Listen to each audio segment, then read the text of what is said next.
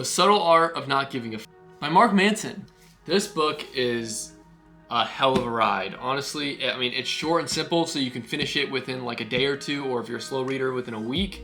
It is the only self-help book that is going to make you laugh, like throughout the stories and stuff. Like, I've never read a self-help book that actually made me chuckle and laugh and smile. Like, this genuinely is a unique self-help book, which explains why there's like, I don't know, like millions of copies sold. What this book has to offer you is a different perspective that, you know, is completely unorthodox, which I think is what we need right now, is unorthodox, you know, views and opinions about our society and the world we live in today. It's very clear that the author, Mark Manson, doesn't actually care about, you know, any of the stuff we care about.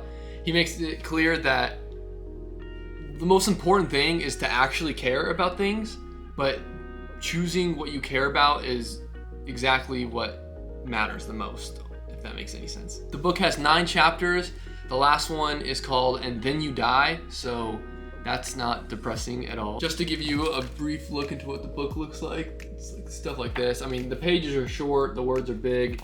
It's a quick read, which is one of the greatest things about it for all you people who, you know, don't have any time to read a book or anything. His language is vulgar, his stories are pretty brutal, which is, you know, very effective at getting his points across, which I think is extremely important and why the book is so successful. It's going to make you think twice about most of the things in your life, most of the decisions you've made, definitely about some of your relationships, and it's going to make you question your values, which is the most important part of the book. And what he stresses the most is basically that most of us value, you know, dog crap, and the real values are stuff we have to work towards, you know, actually genuinely valuing. It's very clear he doesn't care very much about you, or your opinions or anything that you care about, which I think is the beauty of the way this book kind of writ itself.